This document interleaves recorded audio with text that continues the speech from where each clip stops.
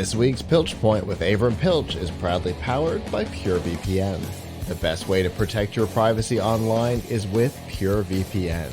You can hide your online activities, say goodbye to regional restrictions, and improve your streaming quality. Plus, it's available for almost all of your devices.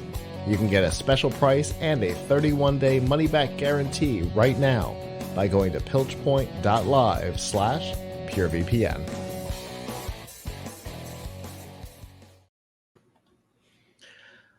All right, Avram. Well, we had some products come out this week. So yeah, I mean it is so it is an exciting time to be building a PC. Intel's new Raptor Lake, otherwise known as 13th Gen Core chips, just came out this week, and they are now for sale. You can buy them. In particular, I mean, there's going to be a whole lot more, but there's 3 SKUs out right now, and we've reviewed them on Tom's Hardware. That is the Core i9 13900K, the Core i7 13700K, and the Core i5 13600K. These range in price from about $320 to the Core i9 is supposed to be $589, but is actually hard to get right now, and is being the best price we saw recently was like $680, so like $100 over MSRP. But the other for about 10 more than MSRP. So the Core i7 is selling for about $420, $430, and 5 is selling for about $320, $330. Anyway, these chips away in terms of both gaming and productivity performance. The previous generation Alder Lake Intel 12th Gen chips, and where it's bad news for Team Red, it blows away the AMD 7000.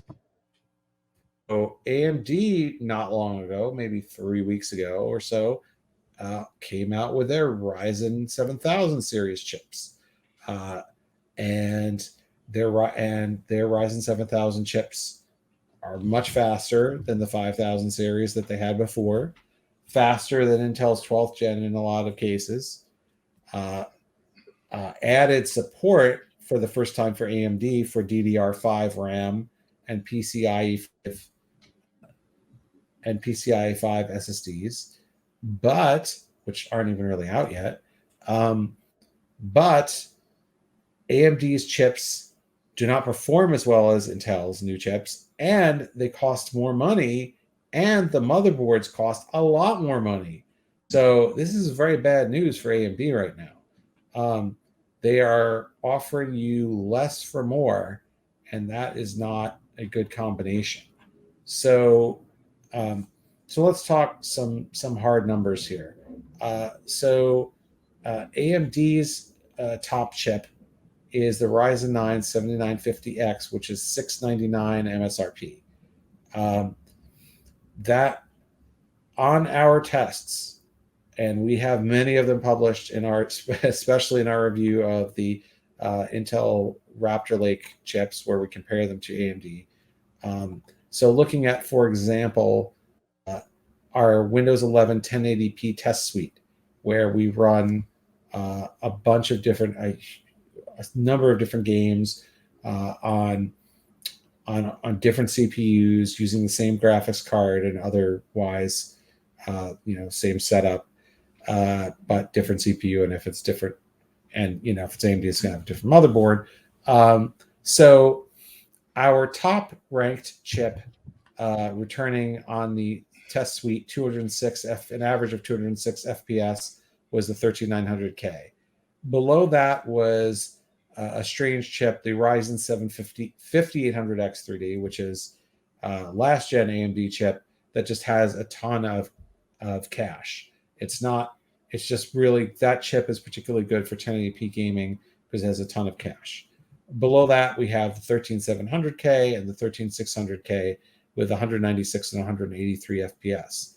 The first of AMD's new chips, 7900, which costs $549, is behind Intel's $300 chip.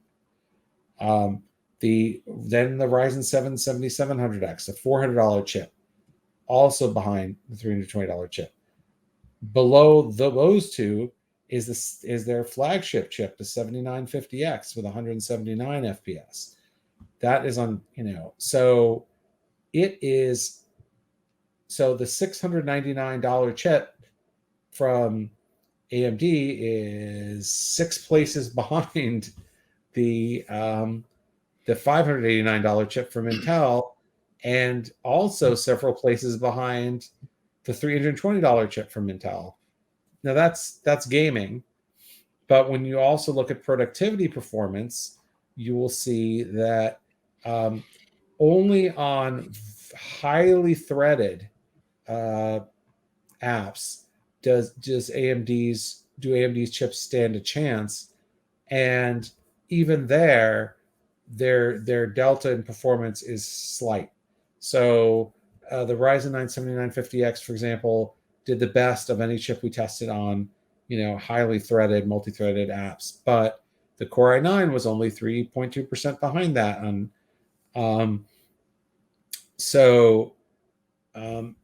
There's now the reason why AMD would do better on multi-threaded is because AMD uses more real cores. Well, real is an opinion. That's my opinion. Intel uses a different process where they now have a mix of P cores, performance cores, and efficiency cores. So when you read the core count for an Intel chip, if you want to know how many cores you're getting, you got to look at the fine print, because you may not all the cores are not created equal. So, for example, the Core i9 13900K has 24 cores. Wow, that sounds really good. Only 8 of those 24 cores are P cores, meaning that the cores that actually operate at the highest speeds. 16 of them are efficiency cores. Now, the plus of this system of having a mix of higher power and lower power cores is that you could take more of the thermal and electric budget and throw it at a few cores instead of all the cores, and therefore maybe not all your cores need to be as powerful as the others, because if your operating system is smart and it directs like the game that you're playing or the video that you're crunching or the thing that you're doing that's really high intensity to the higher performing cores, maybe that's okay. But with AMD, you don't have to worry about that. All the cores are the same. So the 7950X has 16 cores, and they're all capable of going up to 5.7 gigahertz, right? That's versus Intel's, where only 8 of them can go to the top speed of 5.8 gigahertz, and the others go to only 4.3 and are otherwise not as powerful. So, but the thing to keep in mind here is when you look at the benchmarks, Intel is coming out ahead on almost every benchmark, and their chips are cheaper. But to add insult to injury here, the cost of a motherboard for the new AMD chips is out of control. So in the case of Intel usually when a new Intel chip comes out, you have to buy a new motherboard with a new socket, and that leads to increased cost. AMD had been for many years really great about this. They had for like 4 generations used the same socket, AM4, and so you could, with a firmware update or whatever, you could get an old motherboard and use it with the new chip, and all was good. But this time, AMD switching to a new chipset, a new socket, going to DDR5 memory, going to more PCIe lanes, has amped up and using kind of a dual chiplet design for the chipset, has dramatically increased the cost of their motherboards. So last I checked, the cheapest motherboard that you could get that would accommodate the new Ryzen chips was $290. Whoa. That is the bottom of the line. Oh, I can't remember the last time I spent $290 on a motherboard. Most of them are $400 or $500 for the motherboard. So now let's go back to Intel. Intel's coming out with some new 700 series chips, chipsets but you are able to use the new 13th gen chips in any 600 series motherboard that's been out now for a while. So you can get a 600 series motherboard for $90, right? You Now can that's a get difference. right now the $90 one is a DDR. So here's another little tidbit: the Intel chips give you a choice. You can buy a motherboard that supports DDR4 or a motherboard that supports DDR5 memory. You can you have to pick which motherboard you want, because generally the motherboard will be one or the other, but your chip can go with either one. And DDR4 memory is much cheaper than DDR5 at the moment. With AMD, and motherboards that support DDR5 also are more expensive. With AMD, you have DDR5 is required now. You don't get a choice. So you have to use the more expensive RAM, and you have to get a motherboard that supports more expensive RAM. So when you add all this up, it's just bad news for AMD, because the cost is so much higher, particularly when you add the motherboard in. Now, you got to believe that AMD is having some sales issues. It looks like, I mean, so is Intel, but AMD is going to have to cut their prices. They're going to have to get a lower cost chipset out the door, and even then, their chips don't perform as well. So if they can't, at least match, if not undercut Intel on price for what you get, they're in some big trouble in the desktop market. Now, laptop market is a different space, but unlike Intel, this is kind of a big part of AMD's business. So, I mean, this is a huge part of their business, and their latest chips are not, I mean, I love the fact that AMD chips, you don't have to guess about, all your cores are the same. But Intel is giving you higher clock speeds, and they are, through a variety of means, outperforming. What are you gonna do? They're gonna have to do something if they want to stay competitive. Yeah, for sure. I mean, it's a huge difference in potential, right? Just to get in, it's a huge difference in potential. Now, if it was like, they made all these changes because it was this big monumental change, and it was not just an incremental but a generational holy wow in performance, okay, we can have a conversation about that. But it's all this cost, all this change, and Intel still beating them. Uh-oh. I mean, they're a lot better than the previous AMD chips, Sure. but that's not. But that's assuming that people only want to buy AMD, and that Right. is definitely not a good assumption. Right. So, yeah, it's tough. I mean, like, listen, I love the competition that AMD brings. I love their multi-threaded prowess. I have AMD processor in my machine, in my son's machine. I mean, I like their stuff. And very often they've usually given you more for less, not less for more. So, and this is not a good scenario for them right now. So hopefully they do something, and they don't settle into a space like they were a few years ago before Ryzen launched, where they were kind of content to not be competitive and just make cheaper stuff. But leadership matters, and since they've had their current CEO Lisa Su, they have really taken the fight to Intel, and they have picked up market share. They're going to have a lot of problems if they don't do something right now.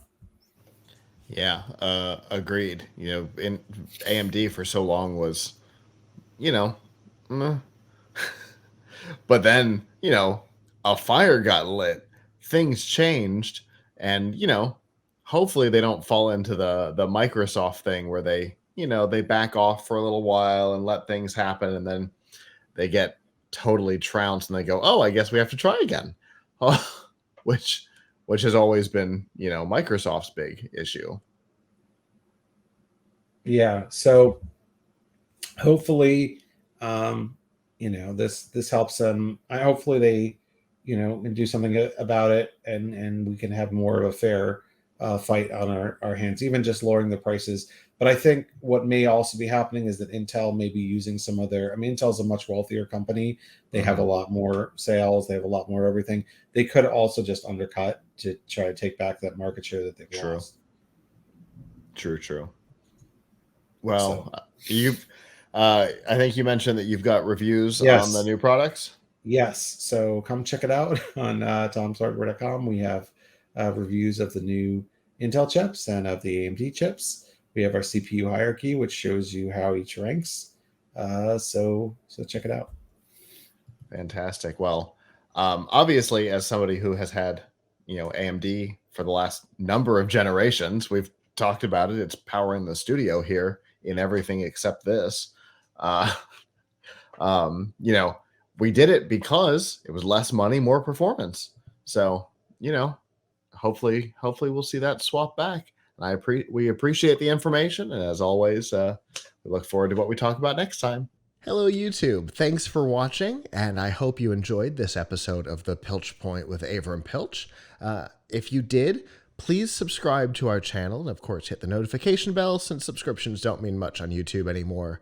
And if you've got topics you'd like us to discuss in the future, we'd love to hear from you in the comments below. If you don't want to follow us on YouTube, that's okay. There's a lot of other ways that you can follow our content. You can find all of that by going to plughitslive.com/subscribe. There you'll see all of our shows and all the different ways that you can watch, listen, and follow along.